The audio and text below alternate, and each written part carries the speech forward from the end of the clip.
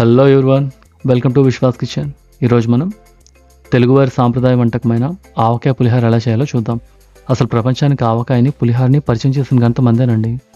దీనికోసం ముందుగా ఒక కడాయి తీసుకొని 4 టేబుల్ స్పూన్ల ఆయిల్ హీట్ చేసుకోండి. అందులో 2 టేబుల్ స్పూన్ల పల్లీలు వేసి దోరగా వేయించుకోండి.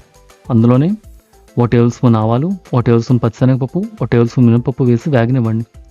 అందులో 4 ఎండుమిరపకాయలు వేసి దోరగా వేయించుకోండి.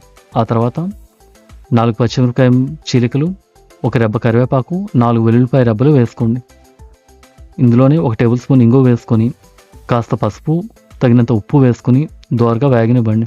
అందులో 4 టమాటా క్యూబులు వేసుకొని టమాటాలు కాస్త మగ్గనివ్వాలి. పులిహోరలో మంత్రం అంతా కూడా తాలింపులోనే ఉందండి. టమాటా కాస్త మగ్గిన తర్వాత అందులో 100 గ్రాముల ఆవకాయ పచ్చడి కలుపుకోండి. ఈ తాలింపు అంతా ఆవకాయ పచ్చడిని పట్టుకునేలా కాస్త టోస్ట్ చేసుకోండి. ఈ తాలింపుని ముందుగా కుక్ చేసుకున్న 1 కప్పు రైస్లో కలుపుకోండి. అంతే, యువర్ డన్. ప్రపంచంలోనే ద బెస్ట్ పులిహోర ఇప్పుడు రెడీ అయింది.